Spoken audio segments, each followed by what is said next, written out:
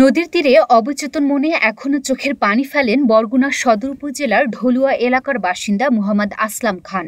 মাঠের অলরাউন্ডার আমি, আর ঘরের অলরাউন্ডার টাইলক্স।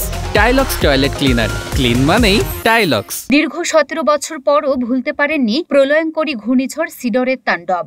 জলোচ্ছ্বাসের তীব্র স্রোতে হাত থেকে ছুটে পানিতে ডুবে মৃত্যু হয় স্ত্রী ও 3 বছর বয়সী কন্যা সন্তানের। শুধু আসলাম খান নন, যে কোনো ঘূর্ণিঝড়ের নাম শুনলে এখন আঁতকে ওঠেন বরগুনার উপকূলবর্তী বিভিন্ন এলাকার স্বজন হারানো কয়েক হাজার বাসিন্দা।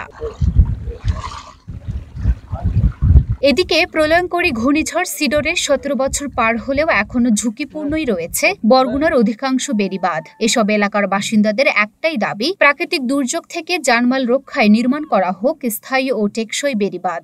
যে আমাদের তো এইদিকে অনেক বন্যা বাদল হয়, এই জন্য যদি একটা বেড়িবাঁধ দিতেন তাহলে খুব উপকার হতো।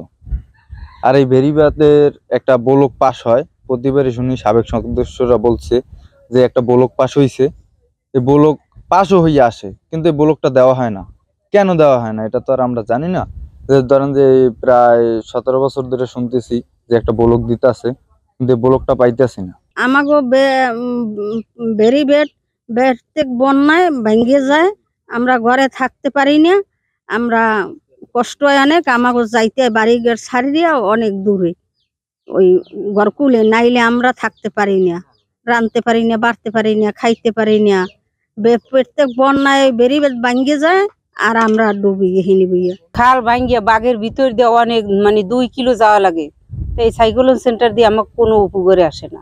আমার একটা সাইক্লোন সেন্টার যদি এই ববদার পাশে দিত তাহলে আমাকে পোলাপানের একটু সমস্যা কম হইতো। আশ্রয় কেন্দ্র হইলে আমরা অনেক একটু ভয় থেকে বিরতি থাকতাম। আমরা তো বেড়িবাঁধ চাই, আমাকে তো বেড়িবাঁধ দেয় না সরকার। এখন আমরা এই বন্যা বাদল আইলে পানিতে সব তলাই যায়, আমরা ঘরকুলে গেলে ঘরকুলের মানে জায়গা দেয় না, এইবার যাওয়া লাগে জামাই বেরি ইতে যাই খাজুর তলা এমনি সেমে যে জমি পারি হেমে যাই। সরেজমিনে বরগুনা সদর উপজেলার ঢোলো ইউনিয়নের বিষখালী নদী বেড়িবাঁধ এলাকা ঘুরে দেখা যায় রশি দিয়ে বেঁধে রেখেছেন বেড়িবাঁধের আশেপাশের অনেকেরই বসতঘর। প্রাকৃতিক বিভিন্ন দুর্যোগে জলোচ্ছ্বাস হলেই বাঁধ ভেঙে পানি প্রবেশ করে তলিয়ে যায় এখানকার বাসিন্দাদের ঘরবাড়ি। বারবার একই অবস্থার সৃষ্টি হলেও নেওয়া হয়নি টেকসই বেড়িবাঁধ নির্মাণের কোনো উদ্যোগ।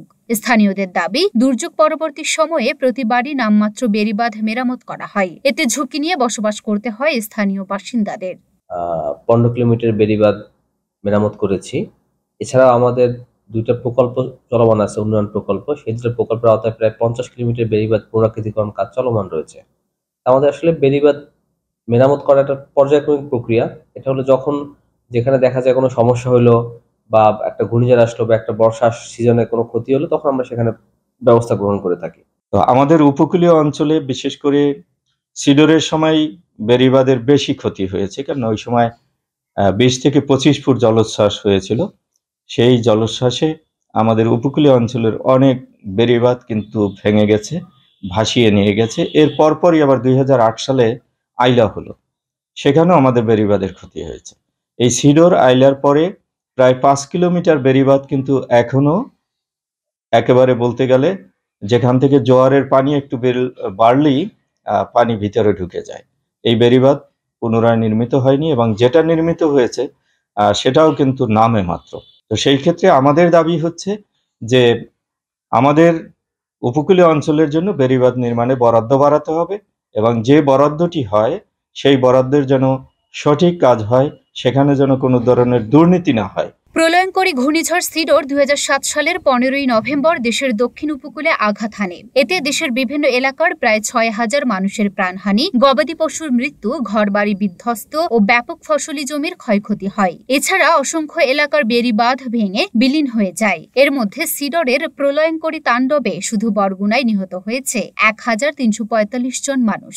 তীব্র বাতাস সহ 15 থেকে 20 ফুট উঁচু জলোচ্ছ্বাসে ঘরবাড়ি বিধ্বস্ত হয়ে গৃহহীন হয়ে পড়ে জেলার ৭৭,৭৫৪টি পরিবার। কম বেশি আরও ক্ষতিগ্রস্ত হয় প্রায় ১৩,৪৬১টি পরিবার। লুনা আফরোজ নিপা, ঢাকা পোস্ট।